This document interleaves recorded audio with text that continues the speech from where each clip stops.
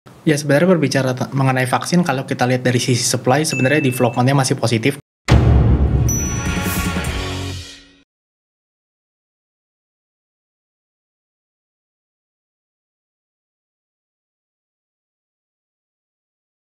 Welcome to Superstock. Selama 1 bulan terakhir, IHSG masih juga belum menunjukkan tanda penguatannya. Di sisi lain, nilai mata uang rupiah juga terus melemah hingga menembus di angka 14.400. Bagaimana proyeksi ekonomi ke depannya? Telah hadir bersama kita ekonom dari Mirai Aset Sekuritas Indonesia, Anthony Kevin. Hai Kev. Hai Alia.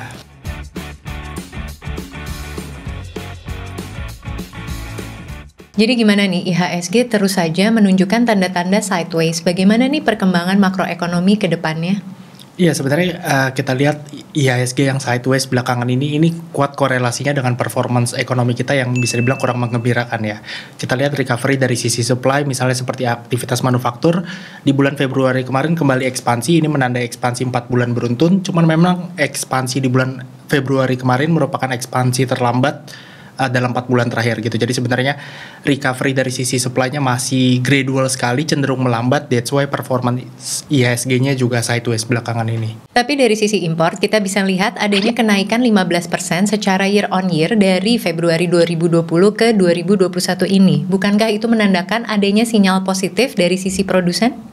Iya, sebenarnya kita nggak mengartikan bahwa pertumbuhan tahunan yang besar itu dari Februari 2020 ke Februari 2021 impor naik 15%, kita nggak mengartikannya sebagai pertanda bahwa optimisme di sisi produsen mulai membaik gitu. Karena sebenarnya kita lihat ini merupakan low base effect aja. Jadi kalau kita lihat Februari 2020 rendah banget nilai impornya, that's why pertumbuhan tahunnya positif dan double digit gitu. Kita lihat ke depannya di bulan Maret, kemudian juga ada kemungkinan di bulan April, ini impor akan terkontraksi lagi secara tahunan.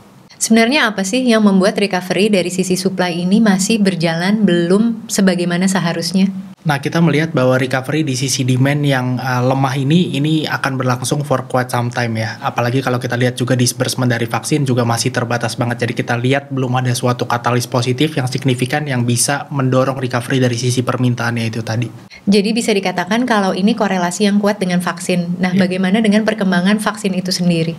Ya sebenarnya berbicara mengenai vaksin kalau kita lihat dari sisi supply sebenarnya development-nya masih positif di mana sampai awal Maret 2021 ini supply vaksin di Indonesia jumlah kontrak yang telah diamankan oleh pemerintah Indonesia ini sudah bisa mengcover 55% kita punya total population. Gitu. Cuman in terms of disbursement-nya kita lihat memang ini masih berjalan lambat sekali dari 268 juta lebih masyarakat Indonesia yang sudah dapat 2 dosis vaksin itu sekitar 1%-an, baru sekitar 1%-an, jadi masih kecil.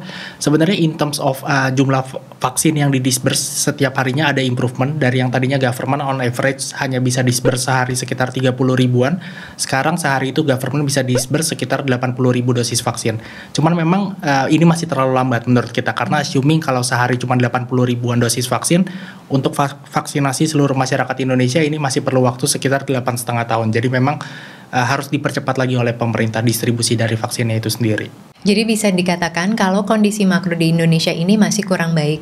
Nah, bagaimana dengan kenaikan yield obligasi Amerika Serikat? Banyak yang menghubungkan IHSG ini tertekan karena adanya kenaikan yield obligasi Amerika Serikat tersebut. Sebenarnya korelasinya apa sih, Vin? Ya, kaitannya sebenarnya erat sekali antara pergerakan pasar obligasi Amerika dengan pasar saham di Indonesia. Perlu diingat bahwa pergerakan harga obligasi itu kan berbanding terbalik dengan yieldnya. Ketika harga obligasi sedang turun, ada tekanan jual di pasar obligasi suatu negara, itu yieldnya akan naik. Dan ini yang kita dapati di Amerika Serikat. Obligasinya lagi banyak dijual oleh investor. Problemnya adalah untuk Indonesia, kita tahu investor itu kan selalu mencari peluang investasi yang terbaik. Ketika yang terjadi seperti sekarang, yield di Amerika Serikat sedang naik, otomatis kan jadi lebih menarik. Daya tariknya naik, pasar obligasi Amerika Serikat, otomatis aset-aset di Indonesia itu dilepas. Rupiah dilepas, saham dilepas untuk nanti dialihkan ke Amerika Serikat. Itulah kenapa ketika yield di US naik menjadi lebih menarik, IHSG dan rupiah pasti berada dalam tekanan. Tadi dikatakan bahwa para investor melepas obligasi ini, tapi setelah dilepas justru yieldnya naik. Nah, ini apa nih penyebabnya? Menurut kita ada 3 alasan utama kenapa investor di Amerika Serikat banyak melepas obligasinya. Pertama, hukum supply demand aja sebenarnya. Kita lihat supply obligasi di US sekarang udah kebanyakan. Kita tahu di akhir tahun 2020 ada stimulus fiskal di US, nilainya sekitar 900 miliar US dollar. Belum lama ini Presiden Biden golin lagi stimulus fiskal nilainya 1,9 triliun US dollar, 2 kali lipat lebih dari stimulus bulan Desember. Untuk funding stimulus itu kan pemerintah Amerika Serikat pasti berutang, dan ketika mereka berutang mereka nerbitin obligasi. Ini hukum supply demand bermain di sini. Ketika supply-nya kebanyakan dan demand-nya tetap, pasti harga turun dong gitu. Itu yang terjadi di Amerika sekarang. Supply-nya banyak, demand-nya segitu-segitu aja untuk obligasi, that's why harganya turun, yield-nya naik. Itu yang pertama. Yang kedua, menurut kita ini ada kaitannya juga dengan kenaikan inflation di US dalam beberapa waktu terakhir. Kita lihat di US inflation dalam beberapa waktu terakhir naik, sehingga ujung-ujungnya ini memberikan tekanan ke pasar obligasi mereka. Obligasi kan sebenarnya to some extent memang lebih simple dibandingkan stock market in terms of decision making-nya. Jadi kalau kita main di bond market, biasa yang kita lihat adalah real interest rate atau real yield. Itu didapatnya dari yieldnya dikurangin dengan inflation. Kita dapat keuntungan realnya itu sebesar apa. Otomatis ketika inflation naik seperti yang terjadi beberapa waktu terakhir, itu kan keuntungan real yang didapatkan oleh investor ketika beli obligasi semakin kecil. That's why ada selling pressures ke bond market US recently karena inflation itu tadi. Nah, penyebab terakhir yang ketiga kenapa lately di US bond marketnya banyak tekanan jual, menurut kita ini ada kaitannya juga dengan ekspektasi bahwa The Fed akan segera naikkan tingkat suku bunga acuan. Ketika The Fed naikkan tingkat suku bunga acuan, otomatis kan suku bunga deposito, imbal hasil deposito dari perbankan di sana juga akan naik. Dan ketika itu yang terjadi, akan ada investor yang memindahkan dananya dari pasar obligasi ke pasar deposito, karena kan simply deposito walaupun bunganya lebih rendah tapi lebih fleksibel gitu kan. Orang coba mempricein hal ini gitu, ada ekspektasi akan ada switching dana itu tadi dari obligasi ke deposito, makanya orang-orang yang sudah punya obligasi pada saat ini itu mereka lepas duluan sebelum di masa depan benar-benar dilepas oleh investor itu tadi gitu. That's why tekanan dijual di bond market US cukup terasa belakangan, salah satunya karena itu. Menurut pengamatan Kevin, apakah kenaikan yield obligasi Amerika Serikat ini akan terus berlanjut? Jika terus berlanjut, berarti hal ini akan memperlemah kekuatan pasar IHSG kita. Ya, kalau menurut kita tren kenaikan yield di Amerika Serikat ini sebenarnya bisa berlangsung for the next few weeks, sehingga IHSG dan rupiahnya juga masih rawan tertekan. Cuman memang kita melihatnya nggak akan terlalu lama tekanan ini, karena kita expect dalam waktu dekat juga, dalam jangka waktu dekat sampai menengah, yield di Amerika Serikat harusnya udah mulai normalize, udah mulai turun lagi. Kenapa? Kalau kita lihat inflation yang jadi salah satu penyebab bond yield di US naik, inflation naik di US tapi masih 1,5% data terakhir. Sementara targetnya The Fed yang tingkat inflation dianggap sehat oleh mereka itu di level 2%. Jadi sebenarnya gapnya masih cukup jauh. Bahkan The Fed kalau diingat beberapa bulan lalu juga sempat menyatakan bahwa ketika nanti inflation berada di atas 2%, itu akan dibiarkan juga oleh mereka for quite some time untuk compensate economic loss di saat pandemi kemarin. Jadi sebenarnya terkait dengan inflation yang naik memati kekhawatiran bahwa The Fed akan naikkan suku bunga acuan, ini sebenarnya nggak perlu terlalu dikhawatirkan, karena The Fed menurut kita masih akan maintain suku bunga acuannya di level 0%. Apalagi kalau kita lihat juga data ekonomi di US belakangan juga nggak selalu menggembirakan, misalnya data tenaga kerja banyak juga yang mengecewakan. Again, harusnya ini nge-push The Fed untuk maintain suku bunga acuannya di level 0%, makanya kita berani bilang bahwa in the near future harusnya pressures ke bond yield-nya ini mulai normalize lagi. Jadi bisa dikatakan kalau tren kenaikan yield obligasi Amerika Serikat ini hanya bersifat sementara. Nah, jika tren kenaikan ini sudah terhenti, apakah rupiah akan kembali menguat atau tetap melemah? Ya, walaupun kita expect bahwa bond yield di US akan segera normalize, kita nggak expect bahwa itu akan 100% menghilangkan pressure terhadap rupiah ya. Karena kita melihat bahwa recent depreciation of rupiah itu nggak hanya didrive oleh faktor eksternal, bond yield di US itu tadi yang naik, tapi juga faktor domestik. Kita tahu government beberapa waktu yang lalu coba lagi untuk nge-push yang namanya Omnibus Law sektor keuangan. Jadi memang ada ya Omnibus Law sektor keuangan? Iya, jadi confirm bahwa memang ada yang namanya Omnibus Law sektor keuangan. Recently government coba propose itu lagi. Memang ini sesuatu yang kurang baik di mata investor ya, karena kita tahu Omnibus Law sektor keuangan itu kan akan mengurangi independensi dari bank sentral. Maksudnya apa? Kita tahu bahwa dalam beroperasi tujuan dari Bank Indonesia itu kan sebenarnya cuma satu, stabilitas dari rupiah. Either stabilitas rupiah dalam kaitannya dengan nilai tukar, gitu, pergerakan rupiah terhadap US dollar misalnya, dan stabilitas rupiah terkait dengan harga barang dan jasa dalam negeri, tingkat inflation. di Omnibus Law sektor keuangan ini, di dalam draftnya ini government mau coba masukkan pertumbuhan ekonomi ke dalam pertimbangan Bank Indonesia ketika mereka memutuskan kebijakan moneter. Jadi bisa dibilang bahwa yang tadinya bukan urusan BI 100% itu mau dipush sama government supaya diperhitungkan oleh Bank Indonesia. Ini kan berarti independensi mereka menjadi berkurang dalam pengambilan keputusan. Itu sebenarnya salah satu poin yang dicemaskan oleh investor, tapi bukan yang terburuk menurut kita dari Omnibus Law sektor keuangan. Menurut kita yang paling buruk, worst-nya dari Omnibus Law sektor keuangan ini adalah skema burden sharing mau dibawa ke tahun 2021. Kita tahu di tahun 2020 kan ekonomi sulit. Semua dana lari ke safe haven. Betul, apalagi pada saat awal-awal pandemi, sehingga government pada tahun 2020 kalau mereka mau issue obligasi, mau berutang, itu susah, nggak ada yang beli. Muncullah skema burden sharing. Jadi government nerbitin obligasi, yang beli Bank Indonesia dengan cara ya printing money gitu, literally printing money mereka. Itu sebenarnya nggak boleh dibawa ke tahun 2021 karena dalam jangka panjang praktek printing money seperti ini kan akan terus melemahkan nilai tukar rupiah gitu. Cuman government nih di draft Omnibus Law sektor keuangan yang baru masukin skema burden sharing akan dibawa ke tahun 2021. Disitulah investor khawatir bahwa kalau ini benar disahkan, government ini dikhawatirkan akan menjadi gegabah dalam menerbitkan utangnya nanti. Kenapa bisa gegabah? Ya karena pasti ada bayarnya, Bank Indonesia gitu sebagai standby buyer gitu. Dikhawatirkan mereka akan reckless dalam pengelolaan utang. That's why ketika draft Omnibus Law sektor keuangan ini mencuat lagi ke publik, rupiahnya lemah, kemudian juga hasil lelang obligasi di Indonesia menjadi kurang bagus ya. Kenapa sih Omnibus Law sektor keuangan ini menjadi hal yang sangat sensitif terutama untuk pergerakan rupiah? Ya, jadi kalau kita lihat yang paling mengkhawatirkan dari Omnibus Law sektor keuangan itu tadi seperti yang saya mention adalah burden sharing dibawa ke tahun 2021 gitu. Itu udah pasti karena ada kekhawatiran bahwa mungkin government berpikir kita punya sumber funding gak terbatas dari Bank Indonesia langsung bisa printing money sehingga issue bond aja besar-besaran. Ini kan sebenarnya gak bagus gitu karena kalau supply bond rupiah terlalu besar, otomatis kan nilai tukar rupiah akan melemahkan.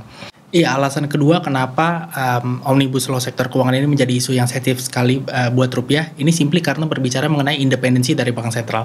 Kita tahu bahwa pada umumnya central bank itu kan dibiarkan benar-benar 100% independen dari pemerintah pusat gitu. Alasannya adalah kebijakan dari sebuah central bank objektifnya berbeda dengan objektif dari central government. Kalau central government itu pasti objektifnya jangka pendek karena kan in the next 5 years kalau di Indonesia itu kan ada pemilu lagi. Makanya pemerintah sekarang tuh dan pemerintahan manapun di Indonesia gitu ya, era siapapun ya pasti kebijakannya fokusnya jangka pendek, tujuannya supaya bisa naik lagi di periode kedua. Sementara central bank adalah mereka nggak terlalu peduli dengan yang terjadi di jangka pendek, yang penting stable for the next 20, 30 bahkan 40 tahun ke depan gitu. Makanya nggak boleh dicampur adukan sebenarnya. Nah ketika independensi ini mau dilemahkan gitu, hal-hal yang tadinya nggak harusnya diurus oleh central bank menjadi diurusin sama mereka gitu karena dipaksa oleh government pada saat ini.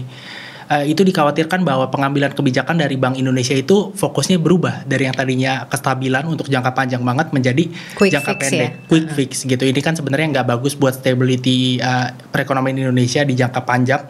Makanya rupiahnya sudah mulai dipanis mulai dari sekarang. Jadi di tahun 2020 kemarin, kebanyakan orang fokus terhadap UU Omnibus Law Ketenagakerjaan, sedangkan di tahun ini sebaiknya memperhatikan UU Omnibus Law di sektor keuangan ya? Iya, betul. Dan bagaimana nih proyeksi Mirai Aset terhadap perkembangan rupiah ke depannya? Iya, projection terakhir dari kita expect bahwa on average di tahun 2021 rupiah akan ada di level 14.350 per US dollar dan posisi akhir tahunnya di level 14.200. Memang dari awal tahun kita merupakan salah satu house yang paling konservatif terkait dengan proyeksi rupiah ini, salah satu yang paling bearish lah ya terkait projection rupiah ini karena kita coba take into account kalau nanti government coba nge-push Omnibus Law sektor keuangan dan benar sekarang kan memang di-push sama central government.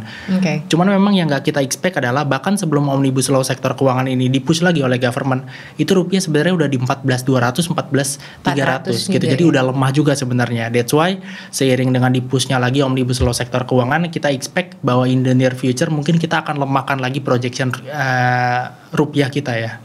Dan menurut Kevin nih, bagaimana proyeksi IHSG dalam perkembangan jangka pendeknya? Iya, di jangka pendek seiring dengan expectation kita bahwa bond yield di US masih mungkin naik gitu, kita expect dalam jangka pendek mungkin IHSG-nya masih akan tertekan karena rupiahnya juga masih akan diterpa selling pressures ya. Jadi mungkin untuk yang belum punya posisi di stock market kita, mungkin bisa hold dulu, baru nanti masuk ketika yield di US mulai melandai.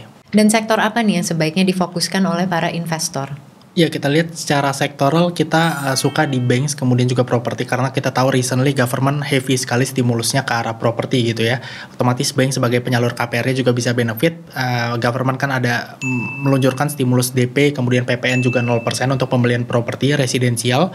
Jadi harusnya itu bisa benefit untuk sektor banks kemudian juga properti juga. Ya. Sebenarnya kalau dari yang ground check yang kita lakukan memang purchasing power recovery-nya dari masyarakat kelas menengah bawah itu masih lemah. Cuman kalau kita lihat yang menengah atas sebenarnya recovery dari purchasing power-nya itu cukup baik gitu. Jadi diharapkan demand atas properti bisa terdongkrak lah walaupun mungkin nggak terlalu signifikan karena stimulus pemerintah ini. Kemudian juga kita suka sektor poultry karena kita lihat purchasing power di 2021 ini in general membaik sehingga terkait dengan sales volume mereka bisa membaik juga. Kemudian kita tahu dari sisi government ada pengendalian harga juga di hulu sehingga otomatis marginnya juga akan naik untuk emiten-emiten poultry. Makanya kita juga melihat emiten poultry sebagai salah satu yang bisa dilirik ya di tahun 2021 ini. Oke, one final question. Kalau dari sisi makro, apa yang akan sangat berpengaruh signifikan terhadap kinerja IHSG? Ya, kalau dari sisi makronya perlu dicermati rilis data ekonomi yang high frekuensi ya, seperti manufacturing PMI, kemudian juga penjualan barang-barang retail sampai indeks keyakinan konsumen, karena ini akan mencerminkan recovery dari sisi supply, kemudian juga dari sisi demand ya.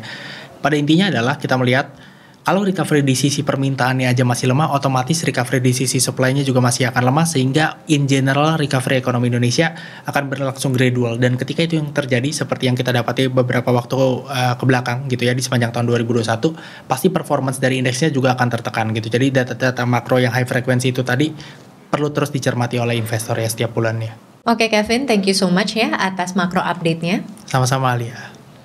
Semoga informasi dan analisa seputar perkembangan makroekonomi Indonesia dan juga global dapat membantu sahabat Mirai Aset untuk tetap aktif memonitor portofolio investasinya. Sampai jumpa di Super Stock selanjutnya dan happy cuan!